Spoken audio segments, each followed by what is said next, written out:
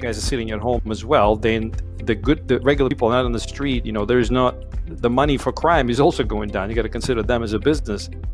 What gets interesting today is when people work from home remotely, they might be connecting to an office service, hopefully through their laptop, but they might also be connecting to a personal computer from time to time or checking their personal email, for example, from both their cases. So one of the key things that we've also done is ramped up our training and awareness, like, more frequent bulletins on, okay, what is a phishing scam, how to recognize it, etc. Because at the end of the day, we want to give our people the tools to protect themselves, irrespective of where they're at and what tool they're using to be effective.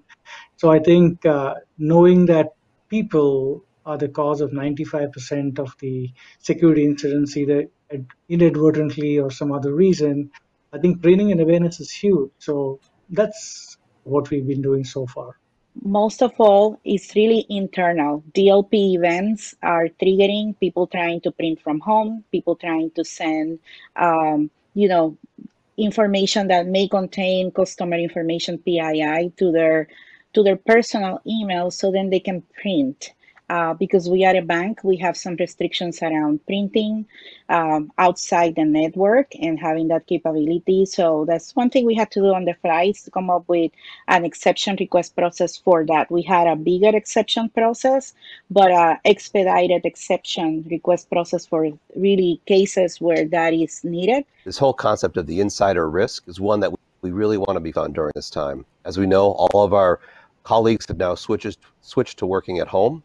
So I've been able to do a lot of research and trying to figure out exactly what's happening in this space. Where are these errors? Are the errors around miscommunication? Are the errors around data handling mishaps, data disposal problems?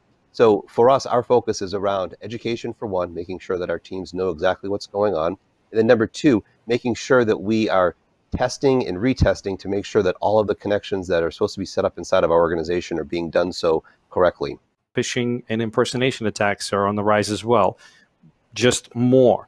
And executives on my side have asked, why is this happening? And I was thinking about this. The bad guys are sitting at home as well. Then the regular people not on the street, there's not, the money for crime is also going down. You got to consider them as a business. And so for them, this is the way to make up for lost revenue. So you're going to see an increase in that.